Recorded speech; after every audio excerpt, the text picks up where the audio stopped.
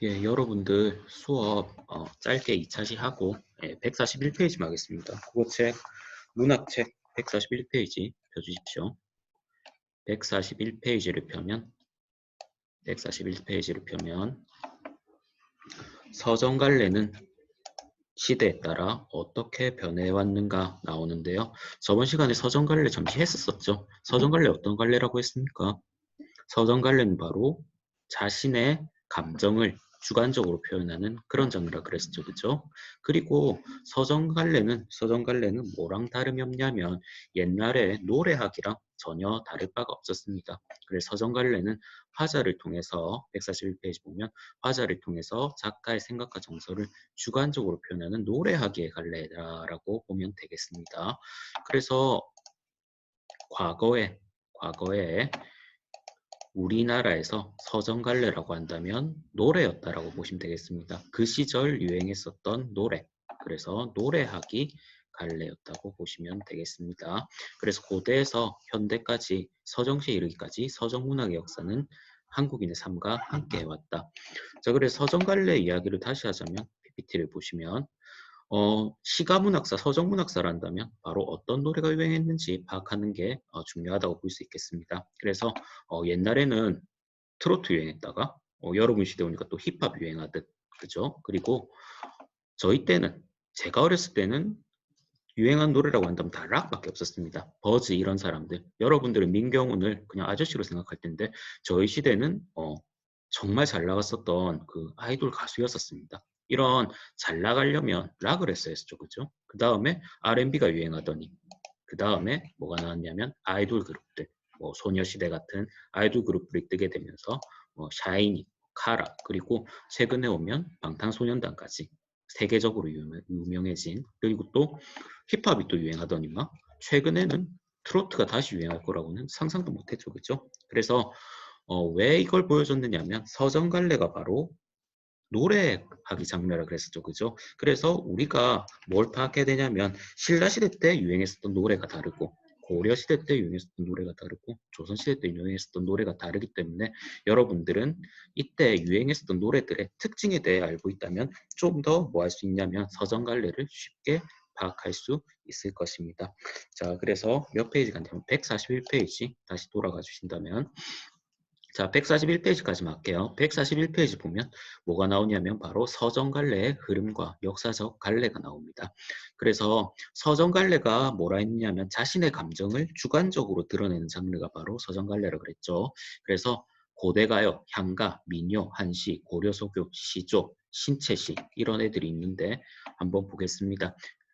옆에 보면 시대별로 정리가 되어 있는데 다 외울 필요는 없어도 뭘 외워야 되냐면 이런 흐름 정도는 외워주셔야 시험 치는데 훨씬 도움이 많이 되겠습니다. 그래서 이런 여기 나와 있는 모든 예시 그러니까 뭐 고대가요에 공무도화가 있고 항조가 있고 이런 걸 외울 필요보다는 어, 고대에는 고대가요가 있었고 삼국시대에는 향가가 있었고 고려시대에는 뭐 한시와 고려소가 들어오기 시작했다 이런 식으로 파악해 두는 게 흐름만 파악해 두는 게 좋을 것 같고 달달 외울 필요는 없을 것 같습니다. 자, 보겠습니다. 서정갈래, 역설갈래는 고대가요, 향가, 민요한시, 고려소 시조, 신채시, 현대시 등이 있다. 자, 그 다음 문단 가서 공무도화가 황조화든 현대 전해지는 고대간요는 서정갈래에 속한다. 자, 그러면 우리나라에서 제일 기록에 남은 오래된 서정갈래는 바로 뭐로 보시면 되겠습니까? 바로 고대가요라고 보시면 되겠습니다. 제일 먼저 나온 건 바로 고대가요입니다. 자, 고대가요에 대한 이야기를 하자면 정말 옛날 일입니다. 정말 옛날 일. 그래서 3고대부터 삼국시대 초기 심지어 고조선급 그 정도 급에 있었던 노래가 바로 고대가요인데요. 옛날에도 정말 많은 노래가 있었겠지만 사람들이 모든 노래를 역사책에 기록하진 않았겠죠. 그렇죠? 그래서 남아있는 게 몇 개밖에 안 되면 남아있는 게 5개밖에 안 됩니다.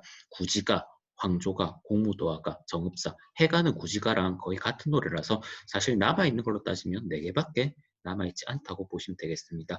이 시절 노래들은 서정성보다는 아직 서정갈래가 되기 될랑말랑하는 이런 상태여서 아직 감정을 드러내는 것에는 부족하지만 아마도 이게 바로 우리 노래의 시작이었을 거라 생각해서 얘네들은 바로 서정갈래로 넣어주는 게 상식으로 보시면 되겠습니다. 그리고 이 고대가요에서 중요한 거는 바로 뭘 하는 게 중요하냐면 바로 배경설을 아는 게 중요합니다. 그래서 고대가요가 나왔다면 꼭 배경설이랑 연결시켜서 이해하시면 되겠습니다.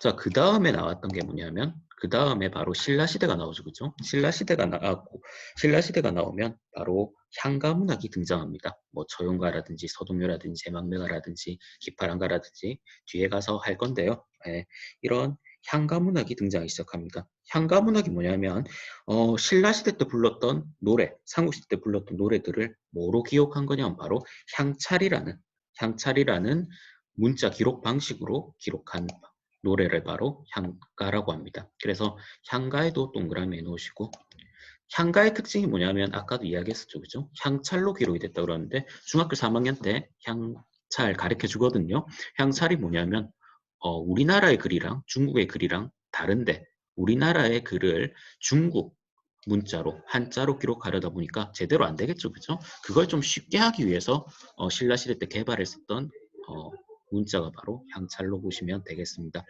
향가의 특징은 향찰로 기록됐다는 특징이 있습니다. 그래서 이것도 서정갈래에 해당한다. 뒤에 가서 자세히 살펴보겠습니다. 그리고 신라 노래인 향가는 주로 삼국유사의 배경설과 함께 기록되어 전해지고 그리고 또한 우리 민족의 상과 함께 구비되는 민요도 서정갈래에 속합니다. 자, 민요에도 동그라미 해놓으시고 민요는 여러분들 언제 배우죠?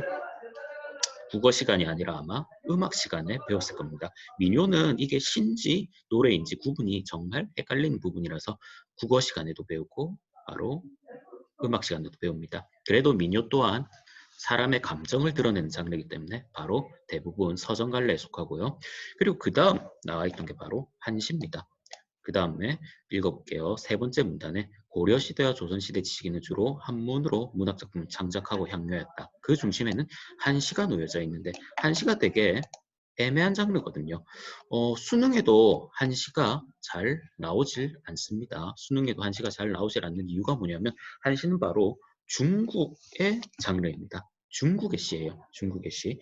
중국의 시를 한자로 그리고 중국의 양식으로 썼기 때문에 우리나라 사람들이 쓰는 게 되게 어려웠습니다. 하지만 공부 좀 했다고 하는 지식 계층들은 한시를 쓰는 걸 뭐로 여겼냐면 한시를 쓰는 걸 매우 자랑스럽게 여겼습니다. 왜냐하면 여러분들 영어로 시 쓸 수 있습니까? 쉽지 않죠, 그죠? 하지만 옛날에는 지금 영어를 하는 게 중요하듯 옛날에는 한자를 하는, 한문을 하는 것이 중요했고, 지식인이라면 한시 정도는 쓰는 게 기본 교양의 필수라고 여겼습니다. 그래서 글, 그 한문 교육을 배운 엘리트 계층들, 지식인 계층들은 한시를 쓰는 걸 매우 자랑스럽게 여겼고, 지금도 남아있는 한시가 우리나라에 남아있는 그 외 서정 장르에 있는 시보다 훨씬 더 많이 남아있습니다. 왜냐하면 써놓고 자랑스러웠으니까 기록을 마구 해댔었거든요. 그래서 대부분의 한시는 서정시라고 볼 수 있겠습니다. 그런데 그렇게 많이 남아있는데 수능에도 잘 안 나오고 교과서에도 잘 안 나오는 이유는 바로 뭐냐면 바로 우리나라 사람의 장르가 아니라 중국 사람의 장르를 우리나라 사람들이 따라해서 쓴 장르이기 때문에 많이 중요하게는 강조되지 않는 경우가 많습니다. 자, 그리고 그 다음에 고려소교에 동그라미 쳐놓습니다. 고려소교. 고려소고는 고려가요라고도 하는데 서경별곡 동동처럼 여러 개의 연으로 구성되어 있으며 각기 연에 후렴구가 붙어 있고 작품 중간에 여음구들이 들어가는 게 특징이다. 그런데 고려소교하면 무조건 알아둬야 되는 게 있는데 바로 원래 고려소교는 고려시대에 유행했었던 노래들을 기록해 놓은 게 바로 고려소교입니다. 고려가요라고도 하죠. 가시리, 정석가, 서경별곡 이런 것들이 있는데 당연히 뭐가 나타나 있냐면 고려시대 사람들의 삶이 잘 드러나 있습니다. 그래서 고려시대가 조선시대보다 훨씬 더 자유로웠던 시대라는 건 여러분도 역사 시간에 배워서 알고 있을 겁니다. 그래서 남녀 간의 사랑이라든지 아니면 신세에 대한 한탄 등 고려 백성들이 가졌던 감정들이 고려가요에 매우 잘 나타나 있는데요. 남아있는 게 16개밖에 없습니다. 왜 그러냐 하면 이 노래들을 모두 기록한 게 아니라 언제 기록을 했느냐 하면 조선시대에 가서 궁중에서 쓰이는 노래 형식으로 기록을 했기 때문에 그 중에서 너무 야하거나 혹은 너무 감정이 많이 들어갔다던가 조선시대 지식인들 보기에 별로 요거는 궁중에서 공연할 만한 것이 아니다라고 하는 것들은 다 어떻게 됐냐면 다 검열료 삭제해버렸습니다. 모두 삭제됐던 거죠. 그래서 남아있는 게 얼마 없습니다. 16개.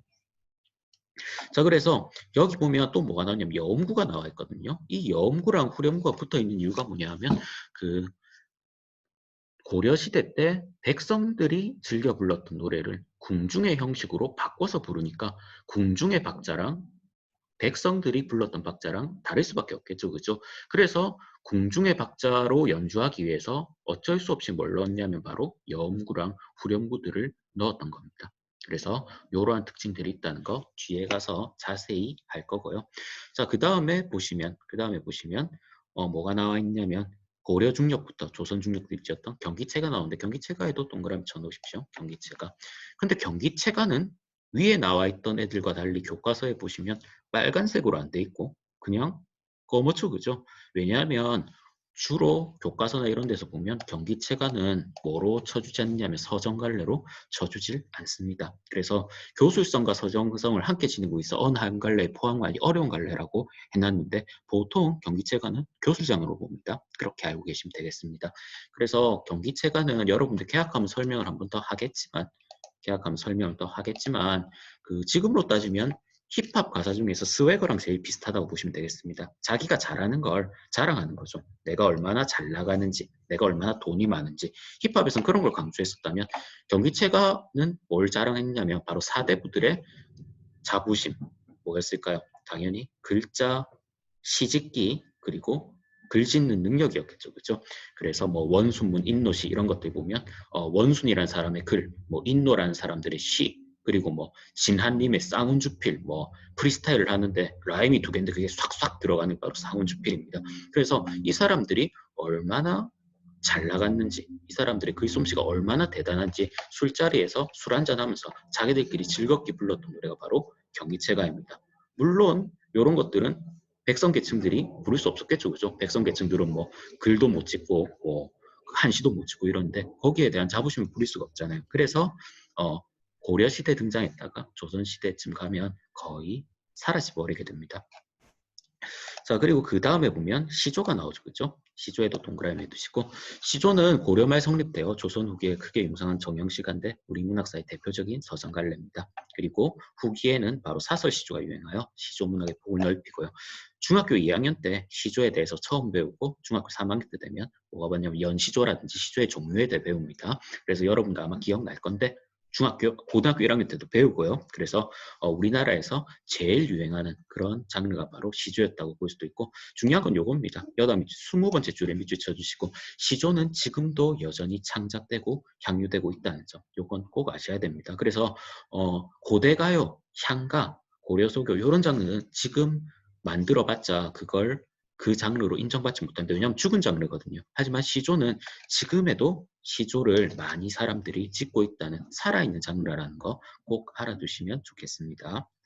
자, 그래서 보시면 고려 말에 성립한 게 바로 시조이며 여전히 살아있는 장르가 바로 시조라고 볼 수 있겠습니다. 그래서 여러분들 그 사건 아시죠? 그죠? 그 정몽주가 이방원한테 살해당하기 직전에 2명이서 시조를 지어 부르면서 서로 간에 가지고 있었던 마음을 그 교환했었다는. 그래서 이방원이 정몽준 쟤는 넘어오지 않겠구나 싶어서 결국 암살해버리고 말죠. 그죠? 자, 그리고 오른쪽에 보면 뭐가 나왔냐면 이병기의 별이라는 시조가 나오는데 요건 이병기는 1900년도에 있었던 국문학자죠. 그죠? 그래서 국문학자가 시조를 지금도 짓는다는 것은 바로 여전히 살아있는 갈래라고 볼 수 있겠습니다. 자, 그리고 그 다음 넘어가신다면 뭐가 나오냐면 바로 가사가 나오거든요. 그죠? 가사에도 동그라미 쳐놓는데 경기체가란 가사 보면 빨갛게 안 해놨죠. 그죠? 왜 그러냐면 경기체가란 가사는 바로 서정갈래가 아니라 보통 벼슬갈래로 봅니다. 그래서 사음보 사율격의 시가이지만 여러 갈래의 특성을 두루 지니고 있어서 하나의 갈래에 넣기 어렵다 해놨는데 가사는 정말 이게 교술인지 서정인지 많이들 헷갈리고 학자들도 의견이 너무나도 첨예하게 갈리고 있기 때문에 가사를 뭐 서정에 넣을지 교술에 넣을지 정해지진 않았지만 서정서사 극교술 4개로 나눈 조동희라는 교수가 경기체결한 가사를 교술에다 넣었기 때문에 아마 정론은 그 경기체결 가사는 교술로 보는 게 맞다고 그렇게 보시면 되겠습니다. 자, 그리고 특이한 장르가 하나 있는데 밑에 보시면 신채시란 녀석들이 있거든요. 신채시에도 동그라미 쳐놓습니다. 그래서 위에 있었던 고대가요부터 신채시까지 언제 등장했는지는 역사적 흐름은 대충 아셔야 되고요. 20세기 초 전통시가의 정형성을 벗어나 자유시로 나아가는 과정에 나타난 과도기적 양식이다. 신채시가 뭐냐면 그 현대시가 되기 전에 자유로운 현대시가 되기 전에 있었던 과도기적 단계인데요. 뭔 말이냐면 사실 서정이란다면 자신의 감정 뭐 사랑하느니 슬프느니 아니면 뭐 기분이 꿀꿀하니 이런 것들을 아름답게 표현한 장르인데 신채시를 보면 뭐가 맞느냐면 자신의 감정보다는 근대화에 대한 내용들이 훨씬 더 많이 들어가고 있습니다. 노래이기도 하고 운율이 있긴 한데 감정성이 약간 부족하다 볼 수 있겠습니다. 그리고 얘네들 특징이 뭐냐면 싹 다 근대에 대한 내용들이에요. 그래서 근대가 펼쳐지면서 지식인들이 완전히 이제 천지개벽을 했던 거예요. 그래서 천지개벽을 하니까 와 정말 근대란 대단한 것이구나 하면서 근대에 대한 기대감 혹은 불안감 혹은 뭐 찬양 이런 것들이 들어가서 그래서 이거는 자유로운 감정을 드러내는 현대시라고 봐주기는 좀 그렇고 그 전 단계로는 괜찮겠다라고 해서 신채시라는 갈래를 하나 만들어서 여러분들한테 가르치는 겁니다. 보면 다 근대에 대한 내용들이에요. 자, 하지만 신체시가 끝나면 뭐가 나온다? 바로 우리가 지금도 배우는 현대시가 나옵니다. 그래서 현대시는 서구문학과 활발하게 교습하며 고전시가의 전성에 벗어나 자유로운 형식을 지향했다. 그래서 위에 있는 애들은 뭐가 맞냐면 그거 양식이 딱딱 정해져 있는 정형시들이 많다면 현대시는 완전 자유로워졌죠. 그죠? 그래서 현대시가 그런 고전시가의 정형성에서 벗어난 자유를 요운 형식을 지향했다는 거. 하지만 중요한 거 여담이 죽었습니다. 전통을 개성하고 창조를 모색하면서 따로 떨어져 있는 게 아니라 현대시가 들어오면서 이전에 있었던 그런 고전 장르랑 단절된 것이 아니라 그걸 전통을 개성했었던 장르라는 거 꼭 알아두시면 되겠습니다. 자, 오늘은 142페이지 여기까지만 하겠습니다.